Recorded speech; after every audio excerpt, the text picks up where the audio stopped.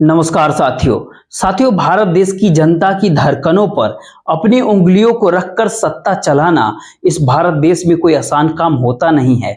ये जरूर होता है इस दौर में कि अपने ही नब्ज पर अपनी उंगलियों को रख दीजिए और उसी आवाज को भारत देश की आम जनता की आवाज बता दीजिए। तो फिर ऐसे में चुनाव 2024 के जब करीब होते हैं तो आम जनता की भीतर की धड़कनें सत्ता को डराने लगती है और सत्ता विरोधी हवा जब चलने की शुरुआत इस देश में होती है तो फिर सत्ता के भीतर का डर कैसे सतह पर आ जाता है और एक एक करके वह हर तिक्रमों को यह कह करके आगे चलता है कि यह तिक्रमे नहीं है, यह तो राजनीति है। तो फिर राजनीति के इस पूरे पाठ को आज इसलिए भी आप समझ लीजिए क्योंकि यह कांग्रेस शासित राज्य का कोई बात नहीं है या किसी गैर भारतीय जनता पार्टी शासित राज्य का हिस्सा नहीं है। यह तो भारतीय जनता पार्टी शासित उस राज्य की बात है जो दिल्ली से सटा हुआ है, जहां की 10 लोकसभा की सीट 2019 में भारतीय जनता पार्टी के पास आई थी और वहां पर पूरी ताकत के साथ भारतीय जनता पार्टी लगातार अपनी सत्ता को यह कह करके चला रही है कि दरअसल इससे बेहतर गवर्नेंस कुछ हो ही नहीं सकता। तो फिर ऐसे में वहां पर जिसे मुख्यमंत्री भी बनाया गया वह भी संघ के दौर से इस भारत देश की नब्ज को समझने वाला व्यक्ति था। तो क्या ऐसी परिस्थिति एक ही झटके में 2024 के लोकसभा चुनाव करीब आते आते लगने लगे कि सत्ता विरोधी हवा को शांत नहीं किया गया या जिन चेहरों के आसरे देश की जनता को यह लगने लगा कि दरअसल ये हमारे काम के नहीं, तो उन चेहरों को ही बदल डालिए इस दौर में और एक के बाद एक सिर्फ हरियाणा के भीतर ही नहीं बल्कि इस भारत देश के भीतर के तमाम पॉलिटिकल प्रयोगों के पन्नों को अगर आज आप समझिएगा तो हो सकता है वर्तमान नरेंद्र मोदी सत्ता को लेकर के आपके मन में कई सारे सवाल एक साथ उछाल मारने लगेंगे। इन सारे सवाल के दायरे में आगे बढ़े उससे पहले 2-3 बात आपके मन में जरूर होनी चाहिए। उत्तर प्रदेश के भीतर मायावती जानती समझती बूझती है कि अगर मुस्लिम उम्मीदवारों को वह खड़ा करेंगी और वह किसी गठबंधन के साथ अगर नहीं होंगी 2024 के लोकसभा चुनाव में तो वोट किसके कटेंगे। AIMIM यानी ओवैसी साहब को पता है कि उत्तर प्रदेश के भीतर अगर उनके उम्मीदवार मैदान में होंगे और वह भी किसी गठबंधन के साथ नहीं होंगे तो वोट किसके कटेंगे। इसी दौर में जयंत चौधरी को पश्चिमी उत्तर प्रदेश के भीतर साथ लाने की जरूरत क्यों बीजेपी को पड़ गई और किस जाति के प्रभाव के साथ जोड़ने की जरूरत है, यह कोई इस दौर में कहने की जरूरत होनी ही नहीं चाहिए। इसी पूरे प्रक्रिया के भीतर टीडीपी के साथ समझौता हो या फिर इस भारत देश के अलग अलग हिस्सों में खेली गई उस पूरी राजनीति का हिस्सा हो, सियासत का हिस्सा हो जिस राजनीति के आश्रय भारतीय जनता पार्टी अपने बूते नहीं बल्कि गठबंधन साथी दल या फिर दूसरे पॉलिटिकल दलों में तोड़फोड़ मचाकर साथ खड़े लोगों की पूरी कतार अपनी जीत सुनिश्चित करने की दिशा में वह लगातार आगे बढ़ती हुई दिखाई पड़ रही है। तो फिर ऐसे में इसकी वजह क्या होती है? क्या सच में नरेंद्र मोदी सत्ता इस दौर में इतनी कमजोर हो गई कि अपने बूते उछल नहीं सकती?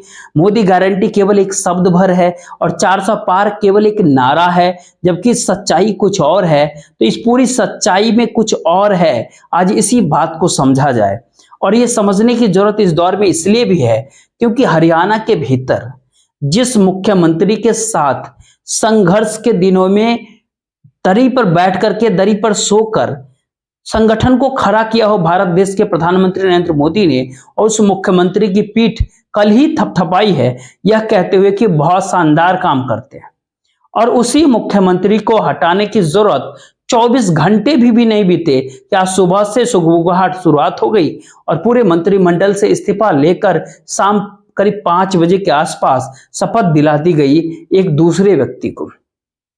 जो दूसरा व्यक्ति होता है वो ओबीसी समुदाय से आता है। पहला पार्ट आपके मन में जाति बहुत मायने रखेगी इस 2024 के लोकसभा चुनाव में, वह भी हर वह ओबीसी को लेकर के सवाल जिसको लेकर के सवाल लगातार राहुल गांधी हो फिर यह विपक्ष अपने तौर पर जिस हिसाब से जाति जनगणना कास्ट सेंसस के सवाल खड़ा करे उसके भीतर ओबीसी को भारतीय जनता पार्टी अपने साथ रखना चाहती है। फिर ऐसे में ओबीसी से जुड़े हुए नेता जो सांसद है जो मेंबर पार्लियामेंट है उनको साथ लाकर ही नहीं बल्कि उनको मुख्यमंत्री बना करके पॉलिटिकल तौर पर जो मैसेज हरियाणा की जनता के भीतर बहुत सागोई से बहुत साफ तौर पे दिया गया, उसका पहला संदेश देश में यह भी हो जाता है कि अब हमें अपने वोट न केवल संभालने हैं बल्कि विपक्ष को वोट के बिगाड़ने भी हैं। इसीलिए जो जेजेपी है यानी जननायक जनता पार्टी, दुष्यंत चौटाला जिसके नेता हैं, उनको एक ही झटके में अलग कर दिया गया, यह सोचते जानते समझते बूझते हुए कि दरअसल इनका vote bank Jat vote bank है। फिर से जाति का सवाल आ जाता है। अब जाट वोट बैंक इस दौर में कांग्रेस के साथ आकर खड़ा है और इस भारत देश की राजनीति में कई मुद्दों के आश्रय जो है, यह सारे सवाल तो उठा ही दिया है कि जाट अब जो है भारतीय जनता पार्टी के साथ नहीं जाएगा, खास तौर पर हरियाणा के भीतर तो तय है। तो फिर जाट वोट बैंक को संभाले हुए जेजेपी यानी जननायक जनता पार्टी या फिर दुष्यंत चौटाला को अलग किया जाए और वह कांग्रेस से टकराते हुए नजर आए। यानी ये कहे कि कांग्रेस की जाट वोट बैंक में सेंध लगाने के लिए 4.5 साल तक जो व्यक्ति साथ में गवर्नेंस चला रहा था, सरकार चला रहा था, अब वह चला जाए और स्थिति को संभाले। जो पूरी स्क्रिप्ट लिखनी है वो लिख दी जाएगी कि उन्होंने 2-3 सीट मांगी, उस सीट को मांगने का कोई सवाल वहां पे नहीं था, ऐसे में अलग करने की जरूरत थी। इसकी जरूरत नहीं है क्योंकि 2024 का लोकसभा चुनाव 272 की लड़ाई होती है, ये आप अपने मन में जरूर रखिएगा। 272 मतलब बहुमत, जो 272 सीटों का आंकड़ा होता है बहुमत की, ये लड़ाई 400 पार या 370 की लड़ाई कभी नहीं है, कतई भी नहीं है। तो इस दौर में 2024 के लोकसभा चुनाव के मद्देनजर एक एक सीट मायने रखती है। तो विपक्ष के वोट बैंक में सेंध लगाने के लिए जेजेपी को अलग कर दिया जाए, जिससे जाट वोट बैंक बट जाए और उससे सटा हुआ पश्चिमी उत्तर प्रदेश, वहां पर जयंत चौधरी को पहले साथ लाकर जाट वोट बैंक को अपने अनुकूल करने की परिस्थितियों को पैदा किया जाए। अब पॉलिटिकल तौर पर यह सबसे बड़े गूगली बॉल होगी, जिसके भीतर किसी एक जाति समुदाय को लेकर अलग अलग राज्यों में अलग अलग नेता के आश्रय आप अलग अलग तरीके से राजनीति की गेंद को फेंकते हैं और ये गेंद फिर फेंक डाला। अब नयन सिंह सैनी 11वें मुख्यमंत्री के तौर पर शपथ लेते हैं, ओबीसी समुदाय से आते हैं। 96 के भीतर हरियाणा बीजेपी संगठन को संभाला था। 2002 में अंबाला के एक मंत्री बने थे। 2005 के भीतर उसी अंबाला जिले के भीतर 2012 के भीतर उसी अंबाला के भीतर जिला अध्यक्ष बने थे, युवा मोर्चा के अध्यक्ष रहे, उसके बाद जिला अध्यक्ष हुए। 2014 में एमएलए बने नारायणगढ़ से। 2016 के भीतर राज्य मंत्री बन गए मनोहर लाल खट्टर की सरकार में। 2019 में सांसद का चुनाव लड़ने गए कुरुक्षेत्र, अभी वह सांसद थे लेकिन आज सुबह उनको ये बात पता चला, अब वह मुख्यमंत्री बन गए। तो शाम में उन्होंने शपथ ग्रहण की। तो एक छवि आप भी देख लीजिएगा।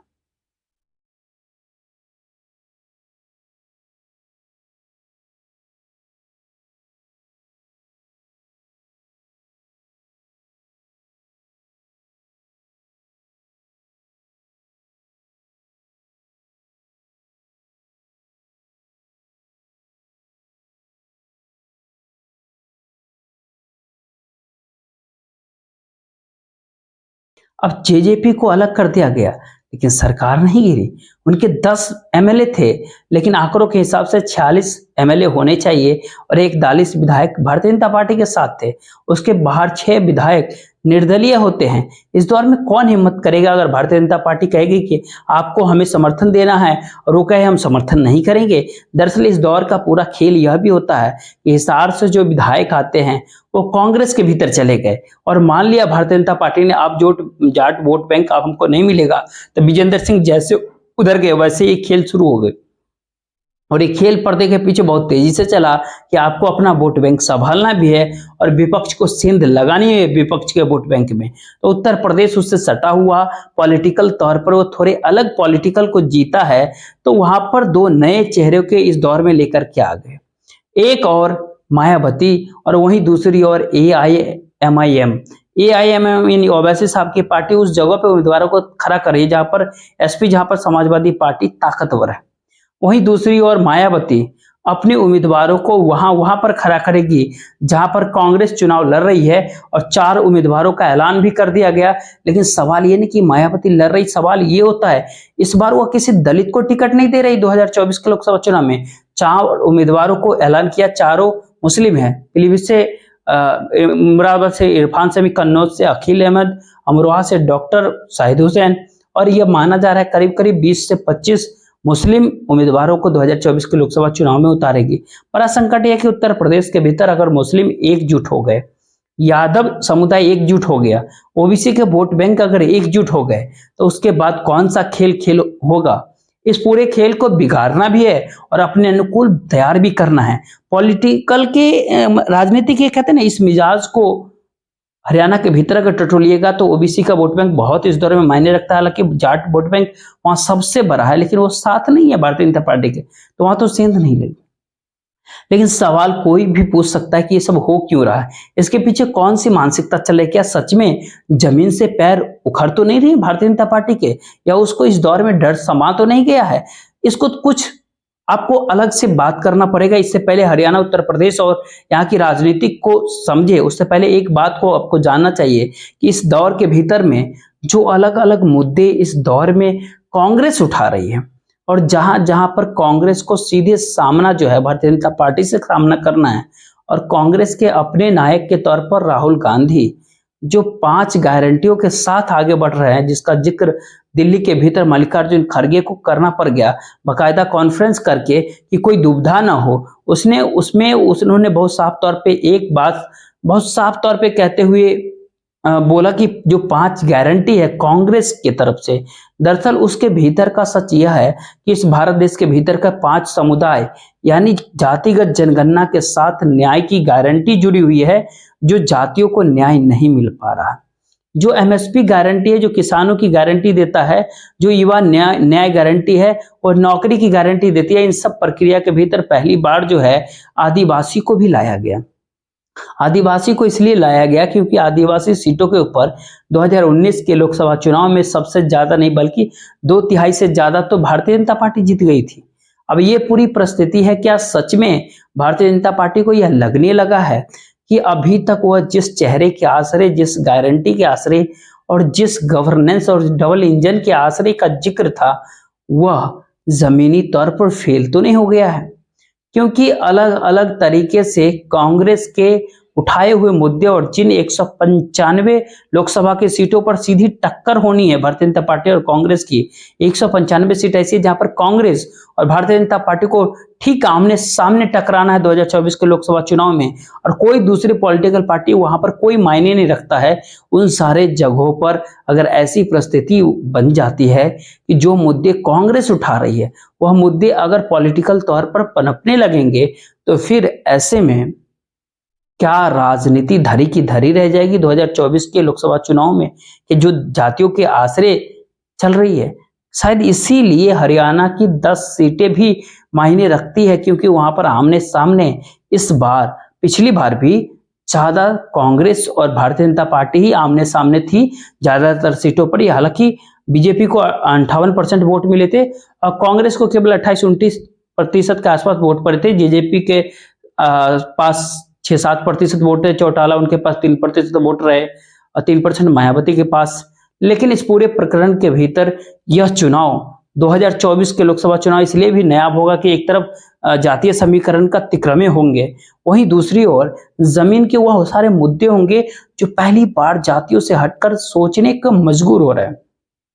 और ये मजबूरी कैसे, किस रूप में हो सकती है? आज जब नंदुरबार में आदिवासी बहुल इलाके क्षेत्रों में राहुल गांधी की मौजूदगी होती है, तो एक पल के लिए जरा उसको देखिए कि आदिवासी और वनवासी, वनवासी का जिक्र भारतीय जनता पार्टी करती है, आदिवासी कांग्रेस करती है। अब जंगल का जिक्र अपने तौर पर भारतीय जनता पार्टी करती है, लेकिन अडानी का जिक्र कांग्रेस करती है। और वहीं राहुल गांधी कह रहे हैं कि जंगल कटेंगे, अडानी के पास चले जाएंगे और आदिवासी वनवासी हो जाएंगे। एक पल के लिए आप भी देख लीजिए। का मतलब एक बार हिंदुस्तान में जंगल खत्म हो जाए तो फिर आदिवासी कहीं के नहीं रहे। बीजेपी आपसे कहती है आप वनवासी हो, कहती है ना, और फिर जंगल को, वन को खत्म करती रहती है, अदानी को देती जाती है। आस्ते आस्ते सारा का सारा जल, जंगल, जमीन जो है वो अदानी जैसे अरबपतियों पर चला जाएगा और फिर बीजेपी आपको कहेगी भैया आप वनवासी हो, वन तो रहा ही नहीं, तो अब जाके सड़क पे आप लोग भीख मांगो, मजदूरी करो। अब यहाँ पर कोई भी सवाल पूछ सकता है कि राहुल गांधी की भारत जोड़ो न्याय यात्रा की बीच जो भीड़ है वो वोट में तब्दील होगी या फिर नहीं होगी, और सामान्य तौर पे ऐसा होता नहीं है तो फिर भारतीय जनता पार्टी को चिंता करने की क्या बात है 2024 के लोकसभा चुनाव के मद्देनजर। असल सवाल होता है कि हरियाणा में सत्ता बदलने की जरूरत क्यों पड़ी इस दौर में। सच सवाल यह है कि यह प्रयोग गुजरात के भीतर रूपानी को हटा करके क्यों करना पड़ा। असल सवाल इस दौर का यह होता है कि मध्य प्रदेश, राजस्थान, छत्तीसगढ़ के भीतर 3 भारतीय जनता पार्टी के कद्दावर नेताओं को दरकिनार इस दौर में क्यों कर दिया गया और नए विधायकों को नए मुख्यमंत्री बनाने की स्थिति दिल्ली सरकार क्यों आ गई। सवाल यही होता है इस दौर में कि फडणवीस तक को साइडलाइन करके महाराष्ट्र की राजनीति में एकनाथ शिंदे को मुख्यमंत्री सीएम क्यों बनाया गया। सवाल इस दौर का यही होता है उत्तराखंड के भीतर भी कैसे धामी मुख्यमंत्री एक ही झटके में बना दिए गए, कैसे अब मनोहर लाल खट्टर एक झटके में हरियाणा से जब 10 साल पूरे होने को उनके मुख्यमंत्री पद के होने वाले हैं उस दौर में उनको एक ही झटके में दरकिनार कर दिया गया और केवल वो कुर्सी पर बैठ करके देखते रहे कि क्या हो रहा है। इस पूरे नजारे का क्या मतलब बनता है। तो क्या यह एक पॉलिटिकल खेल है, क्या ये राजनीति है, एक स्ट्रेटेजी है, ये राजनीति का एक सियासत का एक पन्ने है या फिर क्या है। पूरे राजनीति के इस पूरे ब्लाइंड खेल को बहुत ही ताकत और शिद्दत के साथ भारतीय जनता पार्टी लगातार खेल रही है। किसी भी राज्य के भीतर जब देश की जनता सत्ता विरोधी रुख को अपना ले तो वहां की पूरी राजनीति को दिल्ली पलट देती है। ये किसी को भी समझ में आ सकता है, लेकिन जिसके हाथ में सत्ता देती है वह कहीं से भी ताकतवर होना नहीं चाहिए। मतलब इस दौर में यह जब आज ही हरियाणा के भीतर नायब सिंह सैनी को जब मुख्यमंत्री बनाया गया तो आप खुद ही कल्पना कीजिए कुछ दिन पहले ही जब हरियाणा के भीतर पार्षद का चुनाव हो रहा था तो अंबाला के पार्षद पद के चुनाव लड़ते हुए सांसद की बेटी, सांसद की पत्नी यानी सैनी साहब की पत्नी जो होती हैं वह सुमन सैनी चुनाव लड़ती है और वह हार जाती है। हारती ही नहीं है बल्कि अंबाला के वार्ड नंबर 4 जिला पार्षद के चुनाव में सांसद की पत्नी चौथे स्थान पे आती है। सवाल कोई भी पूछ सकता है इस दौर में क्या यह सैनी के आसरे चुनाव जीता जा सकता है हरियाणा में? बिल्कुल भी नहीं। दिल्ली को अपने कमान में हर वह चीज चाहिए जो नए सिरे से वह कर सकती है और पॉलिटिकल तौर पर यह राजनीतिक प्रयोग जो है दिल्ली को उतनी ताकत देती है कि वह कोई भी फेरबदल इस भारत देश के किसी भी राज्य के भीतर कर सकती है और वहां के किसी भी मुख्यमंत्री की इतनी ताकत नहीं कि वह कुछ सवालों को भी खड़ा कर सके। लेकिन कोई भी इस दौर में कहेगा अगर जीत पक्की है एक चेहरे के आसरे तो फिर मुश्किल इस दौर में क्या है। और मुश्किल ये होती है कि इस दौर में खट्टर गवर्नेंस की पहचान प्रधानमंत्री नरेंद्र मोदी से। मुश्किल इस दौर में यह है कि चाहे वह शिवराज सिंह चौहान मध्य प्रदेश में हो, चाहे वसुंधरा राजे सिंधिया, चाहे इस भारत देश के भीतर तमाम नेताओं की फहरिस्त जो मुख्यमंत्री के तौर पर भारतीय जनता पार्टी शासित राज्यों में अगर उनकी परिस्थितियों को समझिएगा तो एक झटके में आप समझेंगे एक सेंट्रलाइज्ड फॉर्म खड़ा हो गया है जिसके भीतर ग्राउंड जीरो में देश के प्रधानमंत्री नजर आते हैं और भारतीय जनता पार्टी को उन्हीं की ताकत के आसपास पूरे चुनाव को लड़ना है। यानी ये कहे कोई भी व्यक्ति इस रूप में उभर करके सामने नहीं आ सकता है पॉलिटिकल तौर पर जहां पर वह सोचे कि उसके बूते जीत मिल जाएगी। आप सोचेंगे इसके भीतर भी क्या दिक्कतें हैं।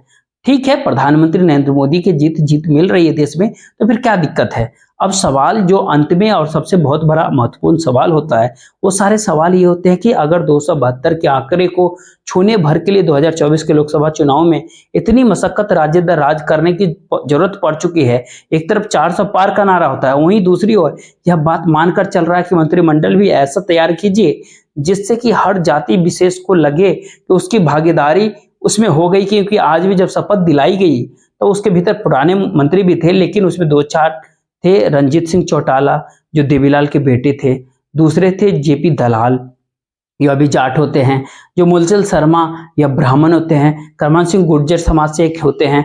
इस तरीके से बांटा जाता है कि जातीय समीकरण अधूरा न रहे।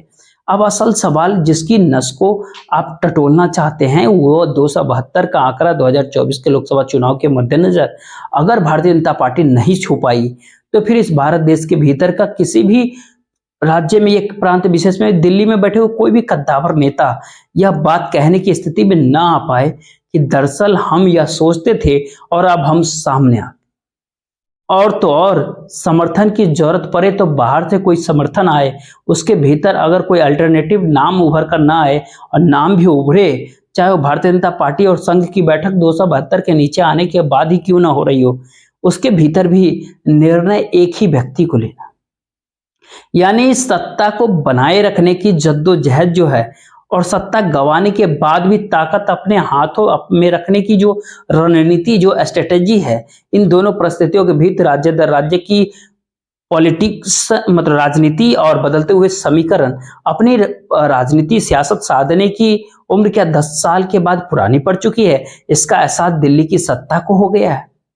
यानी ये कहे ये सारे सवाल भारतीय जनता पार्टी के भीतर का होता है, इसीलिए हरियाणा के भीतर अनिल विज आज नाराज हो गए। जिस समय शपथ ग्रहण समारोह हरियाणा के भीतर हो रहा था, वो अपने पोते को खिला रहे थे अपने घर के भीतर, जो अंबाला के भीतर होते हैं। अब तक कोई नाराज नहीं होता था, पहली बार कोई नाराज हुआ है। और जो बैठकें हो रही है जिसके भीतर नायब सिंह सैनी को मुख्यमंत्री बना दिया गया हरियाणा के, उसके बाद बड़े गुस्से और तेवर के साथ निकले थे और अपने गाड़ी के भीतर बैठ करके, यानी ये है सरकारी गाड़ी से और किसी दूसरे की गाड़ी होती है उनकी गाड़ी, जिसमें वो निकल करके फिर खुद चलाते हुए अंबाला वो पहुंच जाते हैं अपने घर। और वहां पर इंतजार किया जा रहा था कि वो आएंगे और बाकायदा मंच के ऊपर 4 कुर्सी भी लगे रहते हैं, एक पर मुख्यमंत्री होंगे, डिप्टी सीएम होंगे, अनिल विज की मतलब एक पे राज्यपाल होंगे, एक पे अन्य मंत्री होंगे। एक कुर्सी को हटा देनी पड़ी क्योंकि वो नहीं आए। तो भारतीय जनता पार्टी के भीतर का जो शोर होता है, पॉलिटिकल तौर पर दिल्ली की सत्ता को चुनौती देने की स्थिति में तो नहीं, लेकिन कहीं ना कहीं अभी कहते हैं ना हवा की उठा ही है। तो सवाल होता है कि ये गारंटी भारतीय जनता पार्टी के कार्यकर्ताओं के भीतर अगर समा गई है, तब तो ये इस दौर में कोई ये धुआं मायने नहीं रखता। लेकिन इस तरीके के राजनीतिक प्रयोग अगर धुएं के शक्ल में अगर अलग अलग जगह से उभरने लगेगी, तब क्या होगा? क्योंकि भारतीय जनता पार्टी को जरूरत भारतीय जनता पार्टी से ज्यादा मायावती को, ओवैसी की होती है, जयंत चौधरी की होती है, बिहार में नीतीश कुमार की, एकनाथ शिंदे की, महाराष्ट्र में अजित पवार की होती है, चंद्रबाबू नायडू की होती है। एक पूरी लंबी लिस्ट होती है। इस पूरी लिस्ट के भीतर अगर आप देखिएगा तो और भी कई बड़े नेता आते जाएंगे, जो राज्य भर भी आ सकते हैं, वो अपना दल भी हो सकता है, वो चिराग पासवान भी बिहार के हो सकते हैं, और जीतन राम मांझी हम पार्टी के भी हो सकते हैं। एक बड़ी लंबी लिस्ट होती है। यानी भारतीय जनता पार्टी 2024 के लोकसभा चुनाव में जीत जाए, इसके लिए भारतीय जनता पार्टी के कार्यकर्ता और नेता उसके खिलाफ एंटी इनकम्बेंसी है इस भारत देश के भीतर में, तो उसको बदल डालो और नई राजनीति साधने के लिए, नई परिस्थिति में नई विचारधारा, नए लोग जो दूसरे राजनीतिक पार्टी के थे उनको साथ ले आकर के खड़ा कर दो। देश की जनता हिसकोले खाते रहेंगे और भारतीय जनता पार्टी की चुनाव जीत जाएगी। राजनीति का ये पार्ट कैसा है?